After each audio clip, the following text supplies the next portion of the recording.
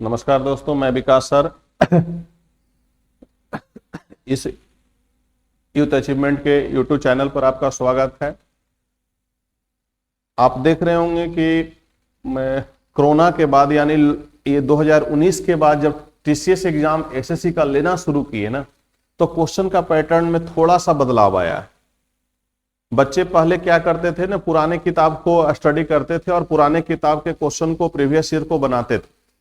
अभी बच्चों के पास बहुत ज्यादा मात्रा में क्वेश्चन पेपर आ गया है और एक चैप्टर से अगर बातें की जाए ना, तो वर्ष 1919 का, 20 का, 21 का और 22 का और 23 का, अगर एक परसेंटेज की ही मैं बात करूं कि परसेंटेज चैप्टर से, तो भाई किसी भी किताब में आप प्रीवियस में जाते हो ना, तो उसमें मिनिमम क्वेश्चन की संख्या 200 से 300 के बीच में आता है। किसी किसी में तो 500 750 क्वेश्चन भी आ गया है। 19, 20, 21 से 22 की अगर बात कर देना तो मेंसुरेशन में 750 क्वेश्चन आ चुका है। तो ये सारे क्वेश्चन को बच्चे बनाते हैं घर पे। कुछ क्वेश्चन बिल्कुल आसान उनको मिलता है, लेकिन कुछ क्वेश्चन इतना फास्ट मिलता है कि उसका सॉल्यूशन देखने के बाद भी वो समझ नहीं पाते। तो उसी को मैं आज लेकर के चल रहा हूं कि एसएससी में जितना भी क्वेश्चन आया है, एसएससी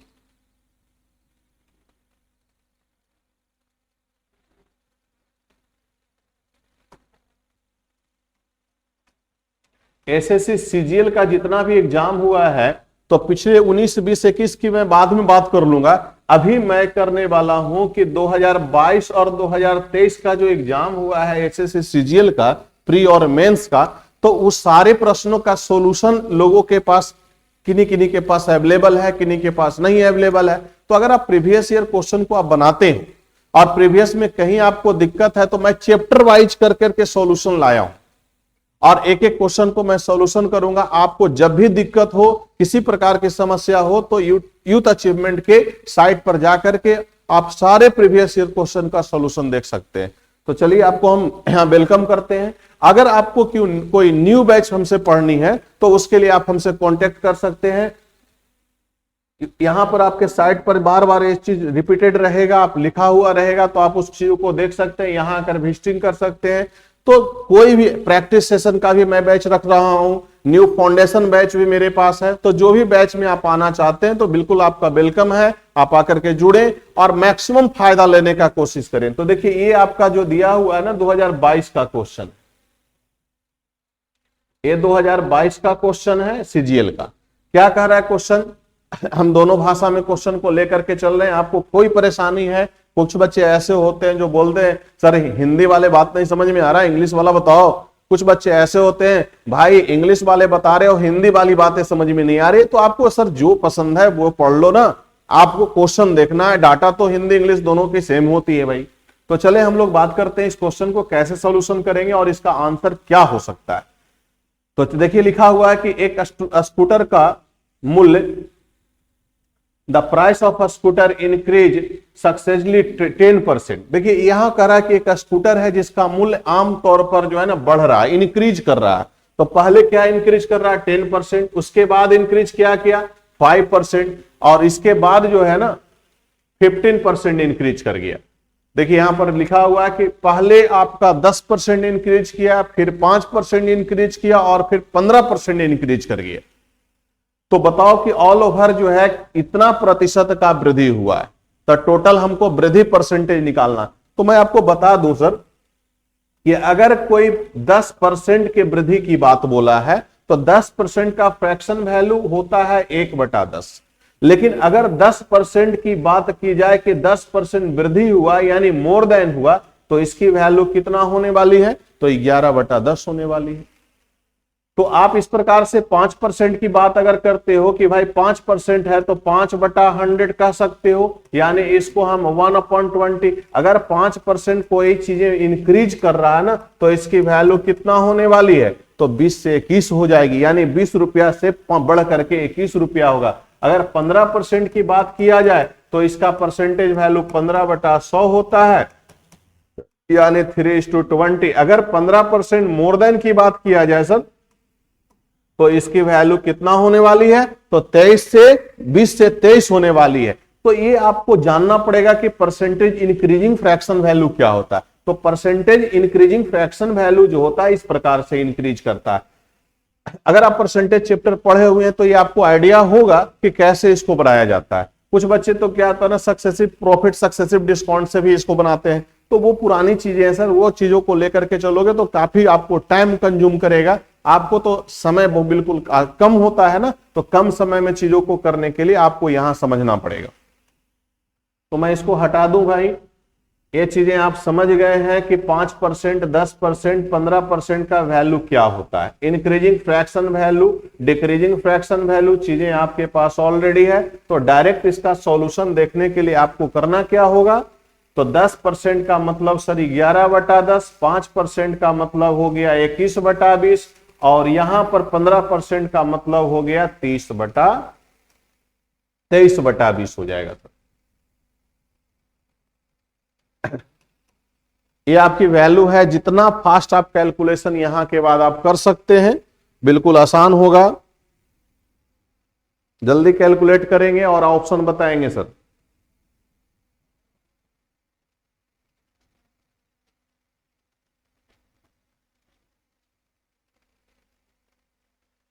भाई ये तो आपको कैलकुलेशन करना ही पड़ेगा, इसके लिए कोई आपके पास विकल्प नहीं है। ये आपका 4 हो गया और इस पर 000 हो गया। ये आप देख लो भाई, 4000 से 5313 हुआ तो कितना बढ़ गया, तो 13 अपॉन कितना 400,000 इंटू 100 कर लेते हैं। ये आप परसेंटेज निकाल लो, 2 जीरो फिनिश्ड हो गया। तो आपका जो आंसर बनने वाला है वो आप देख सकते हो कितना होगा, 13/40%। तो 40 के ऑप्शन में आपका जो आंसर ये भी बन रहा है, ये भी बन रहा है। तो आप थोड़ा सा यहां पर कैलकुलेशन को फास्ट कर लेंगे। अगर हम 40 गुना कर देते हैं तो 80 और 3 क्या हो जाएगा, 8 3 11 हो सकता है। अगर इससे बात करें तो 6 चौका 24 और 1 25, तो ये तो कभी नहीं होगा सर। आपका आंसर जो है यहां पर बन सकता है। आप यूनिट प्लेस को ध्यान में रख करके इस प्रश्नों को आप बना सकते हैं। जल्दी इसको आप नोट डाउन कर सकते हैं।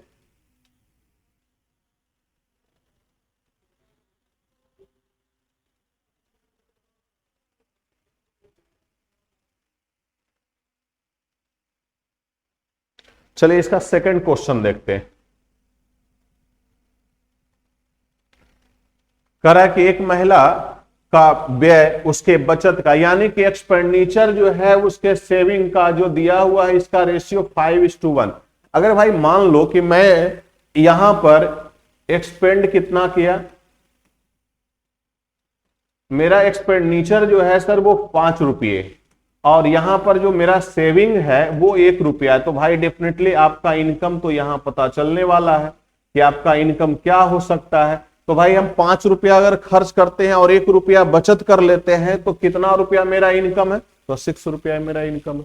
अब क्वेश्चन में कह रहा है क्या कि यदि उसकी आय यानी इनकम और एक्सपेंडिचर जो है ना, रिकॉर्डिंग कैसे बढ़ रहा है भाई, तो इतना इतना बढ़ रहा है। यानी इसमें सर 10% का इंक्रीजिंग हुआ है और इसमें जो हुआ है 20% का इंक्रीजिंग हुआ। तो बताओ सर इस पर क्या इफेक्ट पड़ने वाला है। तो भाई इनकम के लिए आपको क्या करना पड़ेगा, तो इससे आप इसको मल्टीप्लाई कर लो, इससे इसको मल्टीप्लाई कर लो, यहां से मल्टीप्लाई करोगे कितना आ जाएगा,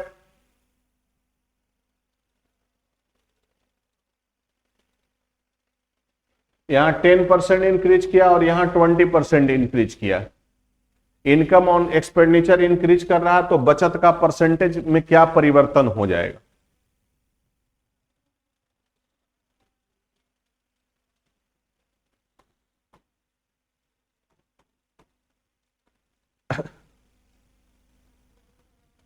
देखेंगे, ट्राई करेंगे सर।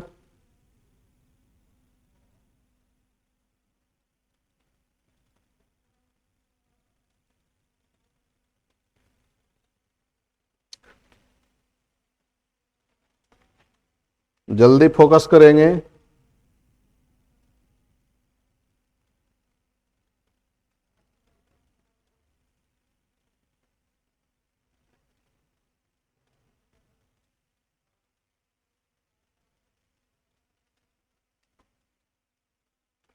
इनकम 6 रुपया है, खर्चा 5 रुपया है, बचत 1 रुपया है।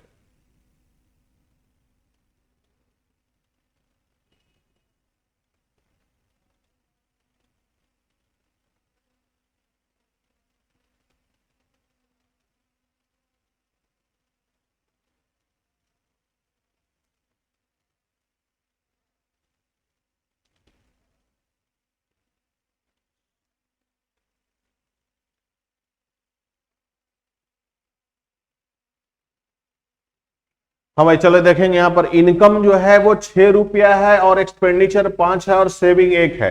तो यहां से इसको मल्टीप्लाई करते हैं तो इनकम 60 रुपया हो गया, और यहां पर एक्सपेंडिचर की बात करते हैं तो इसको मल्टीप्लीकेशन करेंगे तो आपका 100 होगा, और यहां पर वैल्यू क्या बच रहा है ये, अर्थात सर ये आपका रिजल्ट आ रहा है किस चीजों में, माइनस में आ रहा है। माइनस का मतलब क्या हुआ, 40% जो है सेविंग वो डिक्रीज कर रहा है, इंक्रीज सेविंग नहीं कर पाएगा, क्योंकि सेविंग आपका जो है ना वो परसेंटेज चेंज कर रहा है कि चेंज इन देयर सेविंग, तो बचत वाला पैसा जो है ना वो आपको खाना पड़ेगा, क्योंकि यहां पर इनकम आपका थोड़ा सा बढ़ा है और खर्चा बहुत ज्यादा बढ़ गया है। कमा रहे हैं थोड़ा सा और खर्चा कर रहे हैं ज्यादा, तो इसका मतलब कि कहीं एसआईपी जमा करके रखे होंगे तो वो पैसा निकाल करके आप कहीं खर्च कर रहे होंगे, या किसी से कर्ज लेकर के खर्च कर रहे होंगे, तभी ना ऐसा हो सकता है। यानी कि आपका जो ये प्रतिशत चेंजिंग होगा वो 40% क्या हो जाएगा, तो 40% आपको जहां कहीं जमा राशि को निकाल करके सेविंग करना पड़ेगा। तो चलिए इसको नोट करेंगे, बिल्कुल आसान है। कुछ बच्चे क्या करते हैं ना सर, इसमें कुछ बच्चे इसको ऐसे बनाते हैं, भाई थोड़ा स्पीड बढ़ाना पड़ेगा, नहीं स्पीड बढ़ाओगे तो डेफिनेटली आपका रिजल्ट होने वाला नहीं है। कुछ लोग ऐसे हल करते हैं, अगर आप इसको नोट कर लेंगे। चलिए कुछ बच्चों की मैं बात बताता हूं कि कैसे वो हल करते हैं।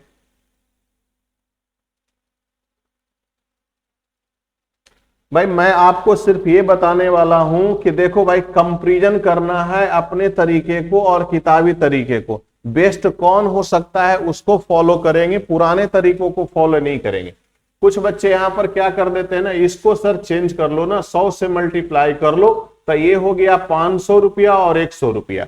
भाई एक्सपेंडिचर मेरा जो है, एक्सपेंडिचर मेरा 500 रुपया है और सेविंग मेरा जो है वो 100 रुपया है। तो भाई इनकम कितना होगा, तो इनकम आपका कितना हो जाएगा, तो 600 रुपया। अब कह रहा है इनकम 10% बढ़ जाएगा, तो 10% जब इनकम हमारा बढ़ जाएगा तो 600 रुपया का 10% निकालेंगे तो 60 रुपया इंक्रीज कर जाएगा, यानी कि आपका कितना आ जाएगा, तो 660 रुपया इनकम है, और ये आपका सर 20% इंक्रीज कर जाएगा। तो आप ऐसा करो ना, 6/5 कर लो तो 600 रुपया है। भाई पहले अब बचत कितना बचा, तो अब जो मेरा बचत है 660 रुपया के इनकम में 600 रुपया हमने खर्च कर दिया, तो मेरा बचत कितना है, 60 रुपया। तो पहले से बचत मेरा बढ़ा कि घटा, पहले मेरा जो सेविंग था वो 100 रुपीज था, आज मेरा सेविंग जो है 60 रुपया हुआ। सर कितना रुपया मेरा सेविंग घट गया, तो 40 रुपया आपका सेविंग घट गया। कहां से घटा भाई, तो 100 से घट गया। अब इसका परसेंटेज निकालते हैं, 0 0 फिनिश्ड, यानी 40% आपका सेविंग क्या हो गया, तो माइनस में चला गया, घटा गया सर। तो ये तरीका से भी बच्चे बनाते हैं। मैं बता दूं कि अगर डाटा आपको 10% के जगह पर कहीं आपको 13.1/3% दे दिया, और एसएससी का 2022 का मेंस में ऐसा ही क्वेश्चन जो है ना इस प्रकार के डाटा में दे दिया, तो जब ये डाटा आपको सर दे देगा तो डेफिनेटली यहां पर वैल्यू को इंक्रीज करना आपके लिए बहुत ही कॉम्प्लेक्स होने वाला है। तो अगर इस परिस्थिति से आप लेकर के चलते हैं जो मेरा आइडियाज है, तो उस आइडियाज के तहत कहीं आपको दिक्कत नहीं होगा, बिल्कुल खाली मल्टीप्लाई करो, आंसर प्राप्त कर लोगे। चलो ठीक है, फिर अगले क्वेश्चन को देखते हैं। बड़ा बिजोड़ क्वेश्चन है भाई, बहुत बच्चे का इंतजार रहता है कि सर कब ये पढ़ाओगे, इलेक्शन वाली मैटर कब पढ़ाओगे। बड़ा इसमें बच्चे कंफ्यूज रहते हैं, अक्सर बच्चे कंफ्यूजन में रहते हैं और मैक्सिमम बच्चे गलती कर बैठते हैं। तो चलो आज मैं बताऊं कि भारत में इलेक्शन कैसे होता है और इसका पैमाना क्या है। तो सबसे पहले इस क्वेश्चन को छोड़ो सर, पहले मेरे साथ बातें करो कि भारत में इलेक्शन का पैटर्न क्या है। तो हमारे यहाँ जो इलेक्शन होता है सर, उसमें सबसे पहले जब भी इलेक्शन होता है ना, तो जितने भी हमारे बीएलओ होते हैं, जितने ब्लॉक अधिकारी लोग होते हैं, सबको नोटिस जाता है, सबको एक मैसेज जाता है कि भाई अपने अपने जब इलाके का जा करके और वोटर लिस्ट को अप टू डेट कर लीजिए। जो लोग 18 साल के हो चुके हैं उनका नाम को ऐड कर लीजिए, और कुछ लोग ऐसे हैं जो दुनिया से चले गए, उनका नाम को वहां से हटा दीजिए। और वो 2-3 महीने का एक वर्कआउट मिलता है सारे कर्मचारियों को, वो अपना वर्कआउट करते हैं। फॉर्म 16 होती है, उसमें फिलअप करना पड़ता है, लोगों का नाम दर्ज होता है, वो सारे लोग तो जितने लोग भाई सब लोग नाम दर्ज जो करवाते हैं, क्या सारे लोग वोटिंग के दिन वोट देते हैं? तो यहां पर सबसे पहला क्या बनता है? तो वोटर लिस्ट बनता है। अब वोटर लिस्ट में जितने लोग अपना नाम दर्ज करवाते हैं, क्या सारे लोग वोट देने जाते हैं? नहीं, सारे लोग बंदे वोट नहीं जानते हैं। अब यहां से कुछ लोग होते हैं क्या ना कि चलो यार वोट हमको देना क्या है, मेरी पार्टी तो खड़ी नहीं हुई है, मेरी पार्टी के लोग नहीं है, तो कुछ लोग आराम करते हैं, ऑफिस से छुट्टी मिल जाती है, चलो यार आराम करो, पहले बच्चों के साथ जीवन बिताओ। तो दो भाग में यहां पर वोट बढ़ जाता है। एक क्या होता है, नॉट कास्ट वोट होता है, और दूसरा क्या होता है, तो कास्ट वोट होता है। यानी कुछ बंदे लोग वोट देने नहीं गए और कुछ लोग वोट देने गए। तो अब क्या है कि अगर कोई वोट देने नहीं कोई जाते हैं तो उससे किसी पार्टी को फायदा नहीं होने वाली है। आप वोट ही नहीं दिए हो तो किसी पार्टी को क्या फायदा नुकसान भाई? तो आपसे यहां पर जो लोग होते हैं एनसीबी, वो सारे लोग क्या होते हैं ना, न्यूट्रल रहते हैं। भाई हमको किसी से कोई मतलब नहीं है, हम तो न्यूट्रल भाई में काम करेंगे, जो जितना है जिसको जितना है जीतो, मैं सबको स्वीकार करता हूं। लेकिन ये लोग वोट देने गए हैं यानी कास्ट वोट है, तो कास्ट वोट सर दो भागों में यहां भी बढ़ जाता है। ये इनवैलिड वोट होता है और ये क्या होता है, वैलिड वोट होता है। अब तो थोड़ा सा ईवीएम का स्टेशन आ चुका है, ईवीएम से चुनाव होता है ना, तो ये वाला वोट जो है ना अब न के बराबर होता है। लेकिन पहले जब पेपर पर वोटिंग होता था ना, तो पेपर पर वोटिंग में ये वाली वोटिंग ज्यादा होता है। वोट तो डाला गया लेकिन क्या हुआ, किसी कारणवश क्या है ना कि वो यूज नहीं होता था। क्या ऐसा रीजन होता होगा जिसमें यूज नहीं होता होगा? तो रीजन मैं बताऊं कि सबसे पहले क्या तैयार होता है, तो ऐसे करके लिस्ट तैयार होता था। यहां पर सीरियल नंबर आता था कि 1 2 3 4 कैंडिडेट हैं, उनका यहां नाम लिखा रहता, यहां पहचान चिन्ह और एक कॉलम और दिया रहता था। इस प्रकार से इस कॉलम में क्या रहता था, तो जो लोग वोट देने जाएंगे वहां स्टाम्प रखा रहेगा, स्टाम्प उठाएंगे और मार देंगे। मारने के दौरान किन्हीं को अगर ये पता नहीं चला और वोट यहां पर स्टाम्प मार दिए ना, तो ये वोट क्या होता था, इनवैलिड हो जाता था। कभी कभी तो ऐसा भी होता था कि वहां पर कलर ज्यादा मात्रा में पैड पर डाल दिए और वो कलर कहीं दूसरे जगह, मान लीजिए यहां पर हमको मोहर लगाना था, इसका छिट्टा एक यहां पड़ गया, तो ये भी वोट क्या होता था, इनवैलिड हो जाता था।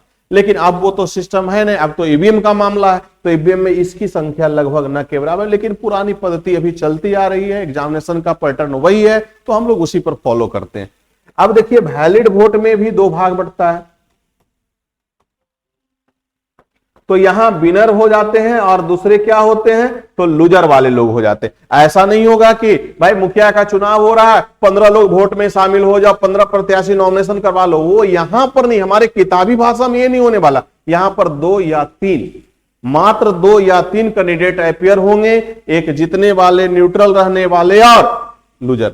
तो यहां पर यही 3 कंडीशन होता है, नॉट कास्ट वोट होता है, कास्ट वोट होता है, वैलिड होता है, इनवैलिड होता है, विनर और लूजर होता है। ये टोटल संरचना है जिससे कि हमारे यहाँ इलेक्शन होता है, लोग मतदाता होते हैं और जाकर के वोट देते हैं। अभी तो वो सारी बातें हमें नहीं करनी है, चलिए हम लोग क्वेश्चन पे आते हैं।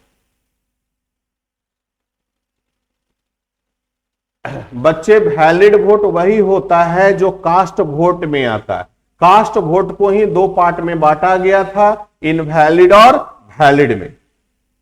देखिए इस प्रश्न में आपको जो क्वेश्चन किया गया है वो बिल्कुल शानदार क्वेश्चन है। बच्चे यहां कंफ्यूज करते हैं, लेकिन अगर आप थोड़ी सी पैनिक निगाहें रखें, चीजों को आराम से समझें, थोड़ा सा भी टेंशन नहीं होने वाला। चलिए क्वेश्चन को देखते हैं। कहता राजू है, ये रवि लिखा हुआ है भाई, राजू है, रवि है और अशोक ने चुनावी मुकाबला हुआ है, डाले गए 5% मत इनवैलिड हो गए हैं। तो जितना वोट है सर, अगर वोट की संख्या 100 है तो यहां से 5% इनवैलिड है, तो वैलिड की संख्या कितना होगा, तो वैलिड वोटों की संख्या 95 होगा। अब जब 95 वैलिड हो गया है तो राजू को क्या मिल रहा है, राजू को उस मुकाबले में 30% वोट मिला है। एक बंदा कौन है, तो राजू है, राजू को 30% वोट मिला है। हम पूछेंगे ना कि 30% किसका, टोटल का कि वैलिड वोट का, तो यहां पर देखिए बोल रहा है कि Raju got 30% of total vote, यानी टोटल वोट आपने जितना माना उसका 30% राजू को मिला है। तो टोटल वोट 100 है, तो 100 का 30% कितना होगा? तो 100 का 30% आपका हो जाएगा 30 वोट। तो राजू को मिला 30 वोट। रवि की बात किया जाए तो रवि की बात अगर करते हैं तो रवि जो है, देखिए रवि को गॉट 32% ऑफ वैलिड वोट। तो टोटल वोट नहीं, वैलिड नहीं, टोटल वोट, टोटल वोट का 32% इसको मिला। तो डेफिनेटली टोटल वैलिड वोट 95 हुआ है। राजू और रवि इतना कवर कर लिया है, तो भाई साहब अशोक कितना कवर किया होगा? तो अशोक कितना कवर किया है? 95 में से ये आपका 62 माइनस करते। बच्चे यही गलती करते हैं, ये चीजों को आपको समझना पड़ेगा कि वैलिड वोट में ही टोटल वोट आता है। ये कितना रहेगा? तो 33। अब सोचने वाली बातें हैं सर कि यहां पर राजू को 30 मिला, रवि को 32 मिला, और ये एक लाइन बड़ा जबरदस्त लाइन दिया है सर इसको, द विनर गॉट इतना more vote than person who received the least number of vote. Least मतलब कम से कम वाले से बात की गई है, जो सेकंड कंटेस्ट है उससे बात नहीं की गई है। कह रहा है कि इसके बीच में जो डिफरेंसेज है उसकी बात किया गया। कुछ बच्चे 32 में से 33 को घटाते हैं और डिफरेंसेज 1 लाते हैं, नहीं वो बातें यहां नहीं कही गई है। यहां कहा गया कि सबसे कम मत प्राप्त करने वालों की जो संख्या है, अधिक मत प्राप्त करने वालों संख्या के बीच का डिफरेंसेज आपका दिया हुआ है कितना? 1536। तो हम यहां पर 3 यूनिट बराबर लिख सकते हैं। 3 यूनिट की वैल्यू हमारे पास ऑलरेडी दिया हुआ है, 5136। तो 1 यूनिट की वैल्यू हम निकाल सकते हैं कितना? तो ये यानी क्या कहोगे? 1 यूनिट का मान 1712। तो आपसे पूछा क्या गया है? कह रहा गया ना कि इतना मत प्राप्त, तो डाले गए मतों की कुल संख्या कितना है? तो डाले गए मत में वैलिड भी आता है और इनवैलिड भी आता है। तो डाले गए टोटल वोटों की संख्या 100 है, यानी हम कह सकते हैं 171200। 171200 कहां बैठा है? 171200, यानी ऑप्शन नंबर फर्स्ट है। मैं एवरीडे आपको कम से कम 5 से 10 क्वेश्चन लेकर के प्रीवियस ईयर का चलूंगा। आप लोग इसको बार बार देखते रहेंगे। जहां दिक्कत होगा आप कमेंट में जरूर लिखेंगे। किसी भी प्रकार का सुझाव हो, किसी प्रकार की बातें हो, जरूर शेयर करेंगे। आज एक छोटा सा आगाज किए हैं, इसको मैं कंटिन्यू करूंगा। आज मैं 2-4 क्वेश्चन ही लेकर के चल रहा हूं, कल मैं कम से कम 10 क्वेश्चन तक लेके चलूंगा। ठीक है, ओके, थैंक यू। आप लोग इसको जरूर देखिए और इसमें सफलता को थोड़ा सा स्पीड बढ़ाइए, कैसे इस चीजों को पूरा करना है। ओके।